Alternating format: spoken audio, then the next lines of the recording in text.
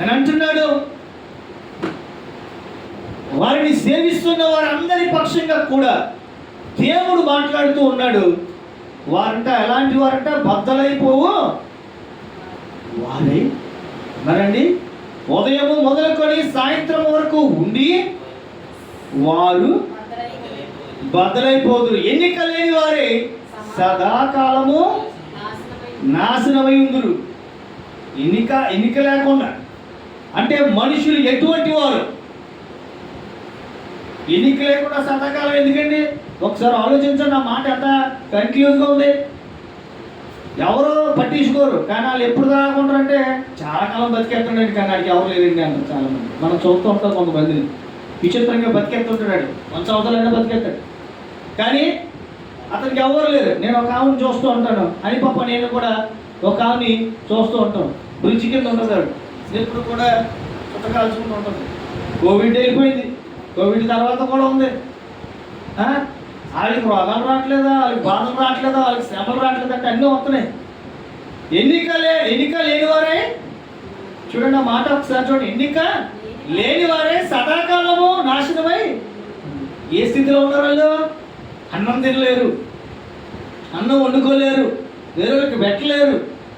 ఎందుకోసమనంటే మరి సదాకాలం కూడా ఉంటారట, చాలా కాలం బ్రతికేస్తారు, కానీ ఎందుకు బతుకున్నారో తెలియదు, ఎవరికి ఉపయోగం లేదు. మనం వారి గురించి కాదు, వారిని కించపరచట్లేదు, కానీ దేవుని వాక్యం ఏం చెప్తుందంటే అలా నీవు ఉండడానికి కాదు దేవుడిని పిలిచింది. దేవునికి స్తోత్రం. దేవుడిని ఎన్నుకున్నాడు. నువ్వు నా సొత్తు అన్నాడు. దేవునికి స్తోత్రం. నీవు నా సొత్తు. కానీ యోబు భక్తుడు చెప్తున్నాడు, మంటిలో నివసించే మనుషుల పరిస్థితి చెప్తున్నాడు. మంటిలో నివసించే మనుషులు ఎలా ఉంటారంట? బద్దలైపోయేటట్టుగా ఉంటారు. అంటే ఏంటంటే దేని గురించి చెప్తున్నానంటే, ఈ లోకంలో మళ్ళా మట్టికే చేరే మనుషులై ఉన్నారు, కానీ మంటిని సృజించిన మహోన్నతమైన దేవుని సన్నిధికి నీవు నేను చేరాలనే ఉద్దేశం ఆశ కలిగి ఉండరు. దేవునికి స్తోత్రం. ఆ ఆశని కలిగిన వ్యక్తి రాస్తున్న మాట ఇది. యోబు భక్తుడు ఎలాంటి వారండి? అతని ముందు ఎలాంటి స్థితిని అనుభవించాడు? రాజు.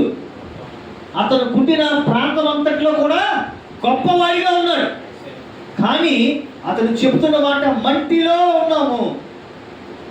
మంటిలో పుట్టిన వారందరూ ఎక్కడ పుడుతుందండి?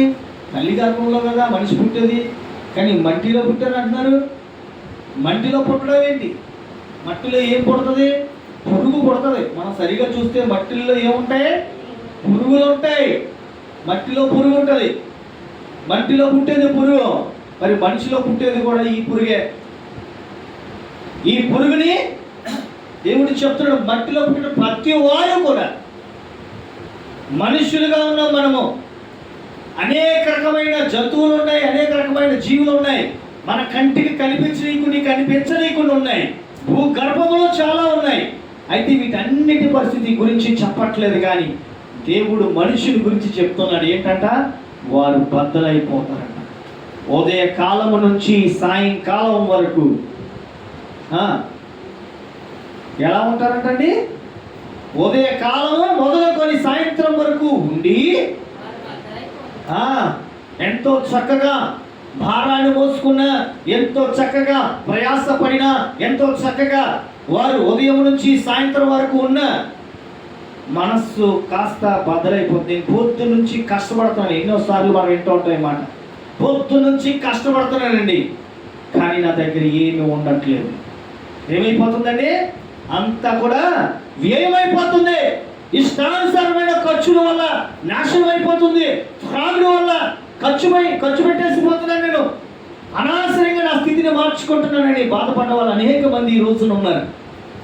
సాయంకాలం అయ్యేటప్పటికి బద్దలైపోయే హృదయాలు కలిగిన వారిగా ఉన్నారు. నా మనసు తట్టుకోలేక తాగేస్తున్నానండి, నా మనస్సు నిండా ఉన్న బాధను బట్టి తాగేస్తున్నానండి. ఉదయం నుంచి రిక్షా తొక్కుతాడు, సాయంకాలం అయ్యేటప్పటికి ఏమవుతుంది? ఈయన తొక్కేది వస్తుంది. ఉదయం నుంచి ఈయన తొక్కుతాడు, సాయంకాలం ఈయన తొక్కుతాడు. అలాగే లారీ డ్రైవర్స్, అలాగే అనేక మంది, ఒకరి కాదు అందరినీ తొక్కేస్తుంది. సాయంకాలం అయినప్పటికి బద్దలయ్యే ఏంటయ్యా అంటే ఒళ్ళు నొప్పులండి. ఎప్పుడో రాలేదు మరి మా ఒళ్ళు నొప్పులు. లేదండి భార్య బాధ పెట్టిందండి, ఎప్పుడు బాధ పెట్టలేదు నేను భార్య. లేకపోతే అప్పుల బాధ ఎక్కువైపోయిందండి, అప్పులు ఎప్పుడు పెరగవు మరి. ఇలా ప్రతిదీ కూడా కారణంగా చెప్పుకొని మనిషి బద్దలైపోయే మనస్సును కలిగి ఉన్నాడు. కానీ దేవుడు చెప్తూ ఉన్నాడు. ఒకసారి జకరియా గ్రంథంలోకి వెళ్దాం, 9వ అధ్యాయం 9వ వచనంలోకి వెళ్దాం. జకరియా గ్రంథంలోకి వెళ్దాం. చూడండి అక్కడ ఎలాంటి స్వభావం కలిగి ఉన్నారు. బైబిల్ గ్రంథంలో నుంచి జకరియా గ్రంథంలో నుంచి మనము ఆ మాటను చూద్దాం. 9వ వచనం చూడండి.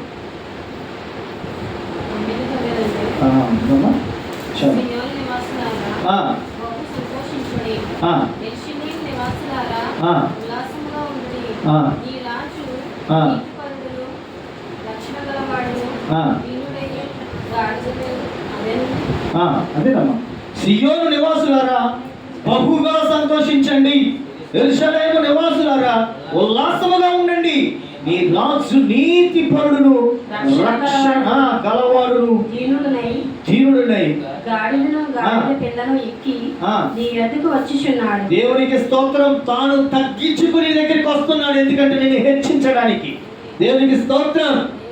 నీ రాజు నిన్ను రక్షించడానికి, నీ రాజు నీతిపరుడు. దేవునికి స్తోత్రం. హల్లెలూయా. మనం ఎలాంటి వారం అంటే యెరూషలేము నివాసులారా అంటున్నాడు, సియోను నివాసులారా అంటున్నాడు.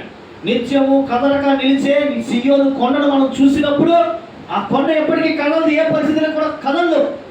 కారణం ఏంటంటే దేవుని యొక్క చిత్తములో ఉన్నది. ఈరోజు నీవు నేను కూడా సియోను వాసులుగా ఉండాలి, యెరూషలేమును ప్రేమించే బిడ్డలుగా ఉండాలి, నిజమైన పరమ యెరూషలేముకి చెందిన బిడ్డలుగా మనం ఉండాలి.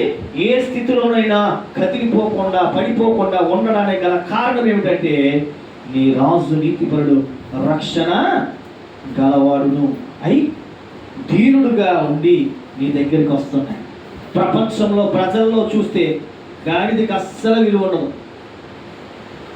ఉండదు. విలువ లేని వాడు ఎక్కిన దాన్ని గాడిద అంటారు. అవునా కదండి? విలువ తీయడం కోసం వాడేవారు. ఒకప్పుడు వరువులు మోసేది, కానీ ఇప్పుడైతే దానికి ఒకవేళ అది ఎక్కి ఊరేగిస్తే వాడికి విలువ లేదు. విలువ తీయడం కోసం దాని మీద ఎక్కించి గుండు కొట్టిస్తూ ఉంటారు చాలా మంది మనం చూస్తాం. అంటే వాడి యొక్క పరువును తీయడానికి అని అంటారు. అంటే ఎంతగా నీ దేవుడు నీ కోసం తగ్గించుకున్నారంటే తనను తాను విలువ లేని వ్యక్తిగా ఈ భూమి మీద ఉండటానికి ఇష్టపడి నీకు విలువనివ్వటానికి చూస్తున్నాడు. హల్లెలూయా, హల్లెలూయా. అంటే నీ రాజు అలా ఉన్నాడు కనుక నీవు నీ రాజుకు తగినట్టుగా జీవించాలని ప్రభువు నీతో మాట్లాడుతున్నాడు. దేవునికి స్తోత్రం. హల్లెలూయా. Praise the Lord. దేవుని యొక్క నామంలో మీ అందరికీ ఒక శుభవార్త ఏంటంటే, మీకు ఏమైనా ప్రార్థన అవసరతలు ఉంటే ఈ నెంబర్కి మీరు కాల్ చేయండి.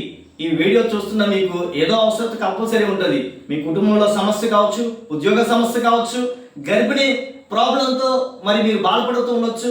ఏ సమస్య అయినా సరే తీర్చేవాడు యేసయ్య, ప్రార్థన చేసే వాళ్ళు మాత్రమే మేము. కాబట్టి ఈ నెంబర్ మీరు కాల్ చేయండి. గొప్ప కార్యాలు మీ జీవితంలో అనుభవించండి. దేవుడు మిమ్మల్ని దీవించును గాక. జేసీ ప్రేయర్ టవర్కి కంపల్సరీ అద్భుతాల కోసం ఫోన్ చేయండి. Praise the lord.